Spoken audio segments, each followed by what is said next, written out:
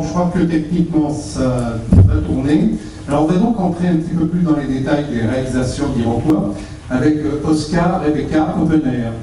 C'est un duo de Dominique Collin de la STECMA et Laurent Gély de l'ONERA que nous vous proposons. Ils sont tous deux membres du comité de coordination et pilotage d'Iroquois, l'instance opérationnelle de la structure.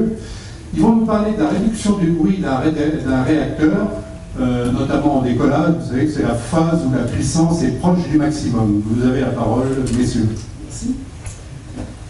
Donc avant de finalement passer à un agenda beaucoup plus large, comme ça vient d'être décrit pour la nouvelle mouture d'Iroquois, on va revenir pour en fait exprimer le bilan de la première mouture d'Iroquois sur des aspects très technologiques. C'est à nous expliquer pourquoi on a pris ce sujet Bridget comme en fait illustrant le mieux possible les résultats qu'on a pu obtenir. À la fois dans l'aspect démarche, donc on commencera la présentation par une partie un peu plus technocratique, parce qu'en fait le but d'Iroquois c'était quand même aussi de mieux s'organiser au départ. Donc de revenir sur notamment trois aspects de la démarche Iroquois, une approche plus globale dans la coordination des projets, identifier un rôle précis vis-à-vis de la satisfaction des objectifs à carré 2020 repris par le CORAC, et aussi une démarche très structurée qui s'exprime par le biais de feuilles de route dédiées à des domaines technologiques précis. La deuxième partie vous permettra de voir effectivement quelles sont les différentes solutions, les technologies considérées dans cette démarche de réduction de budget et décrire les projets associés qui sera présenté par Denis.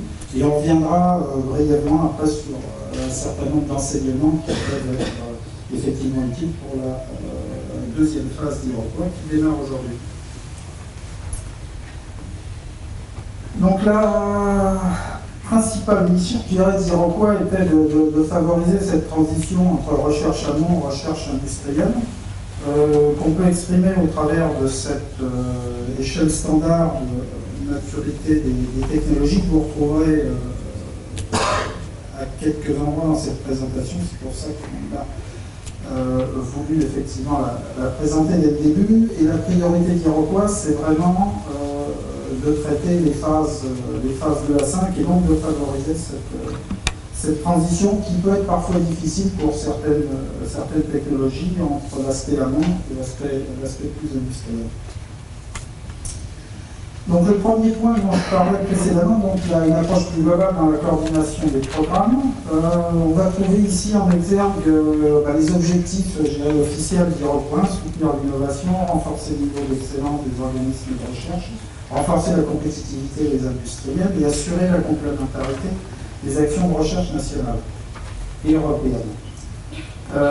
Donc il y a une première dimension dans l'approche globale de la coordination, qui est bien sûr l'approche longitudinale, passer de petits projets dans un cadre national à des projets plus gros. L'accord d'Iroquois était bien entendu de rassembler l'ensemble des acteurs industriels et de recherche de façon à pouvoir dialoguer sur les différentes priorités et donc obtenir une meilleure transition entre les études amont et les études industrielles.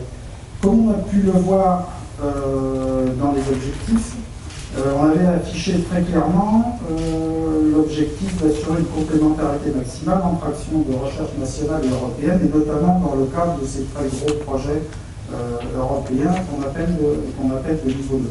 Et donc le fait d'avoir pu aussi se concerter dans l'Iroquois préalablement à différentes actions de lobbying, de préparation de projets de niveau 2, comme Laurent l'a dit d'ailleurs précédemment, nous a permis d'être beaucoup plus efficace en termes de la participation française dans ces projets.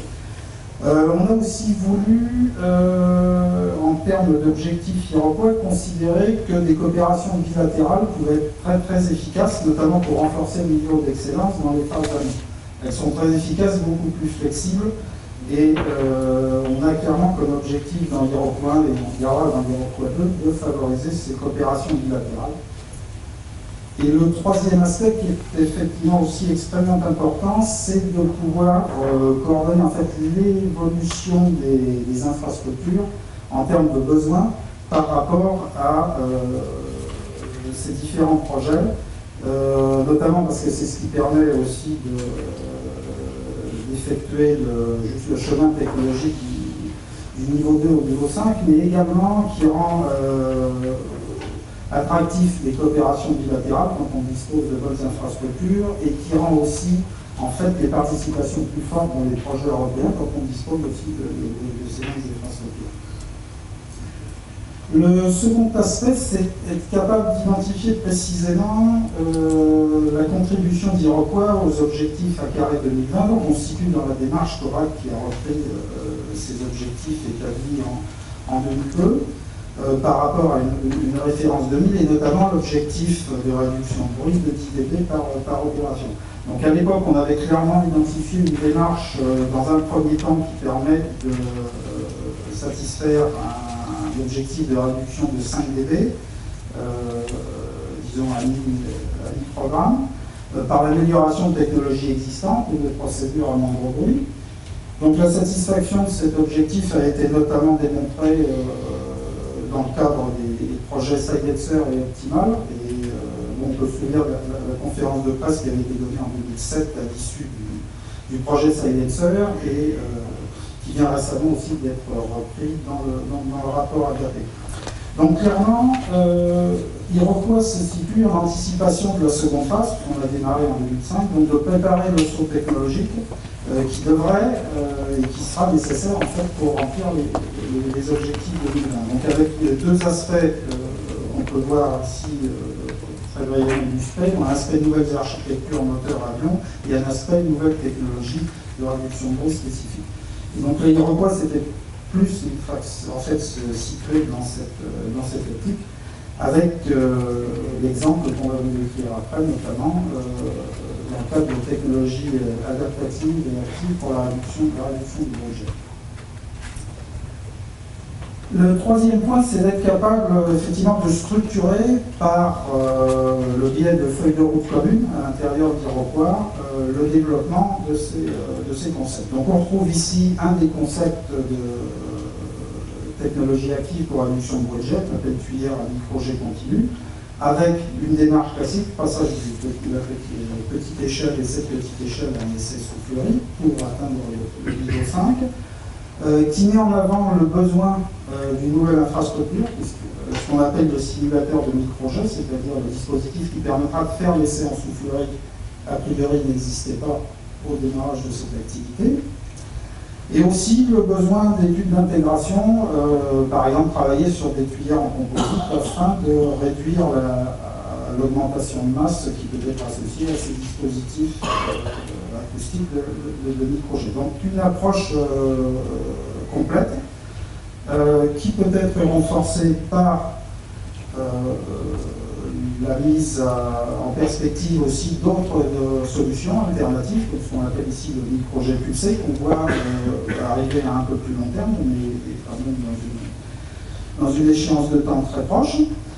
Et pour finir, un aspect effectivement qui reste très important, c'est le développement de méthodes aéroacoustiques qui permettront de mettre en œuvre des pratiques de conception une fois que ces concepts auront été validés. Donc on retrouve là typiquement les ensembles d'une feuille de route dédiée à une technologie précise qui est la réduction du bruit de jet par technologie active.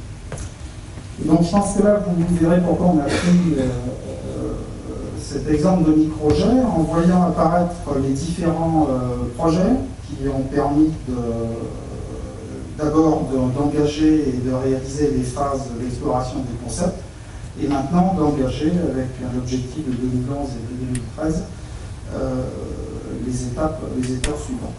Donc on retrouve ici des projets type nationaux comme Oscar, finalement simultanément cette coopération avec les Japonais qui nous a permis de faire les phases annonces sur les micro-projets continus, c'est vraiment important pour impulser tout le reste de la démarche. En fait. Et donc ça fait partie des questions qu'on se pose au niveau d'Iroquois en termes de pérennisation de ce type de financement. d'où le troisième point, d'avoir une approche nationale pour cette phase initiale, soutien à l'innovation, exploration des concepts. Bien sûr, l'évolution des structures, on aura une roadmap, une feuille de route dédiée à ces aspects-là dans l'Europe 2. Et bien sûr aussi, ce qu'on attend de l'Europe 2, c'est un effort national en termes de simulation numérique, que ce soit du côté de benchmark ou du côté modélisation. Et je vais laisser la parole. Voilà, c'est terminé. On vous remercie pour votre attention. Et vous savez que le plus cher des scientifiques, des ingénieurs et des techniciens, c'est de voir un jour voler les concepts sur lesquels ils ont travaillé pendant des années. Et avec tout le respect qu'on doit sur ce magnifique avion et la compagnie qui l'exploite, on a, par son petit montage, imaginé des micro-jets voilà, sur un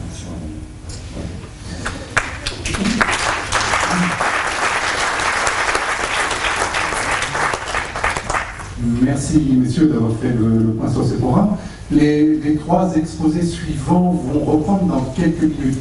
Entre-temps, nous vous proposons un petit film d'environ 5 minutes qui montre en images les avancées de 5 ans d'Iroquois. À moins qu'il y ait une question, immédiatement, est-ce qu'il y a une question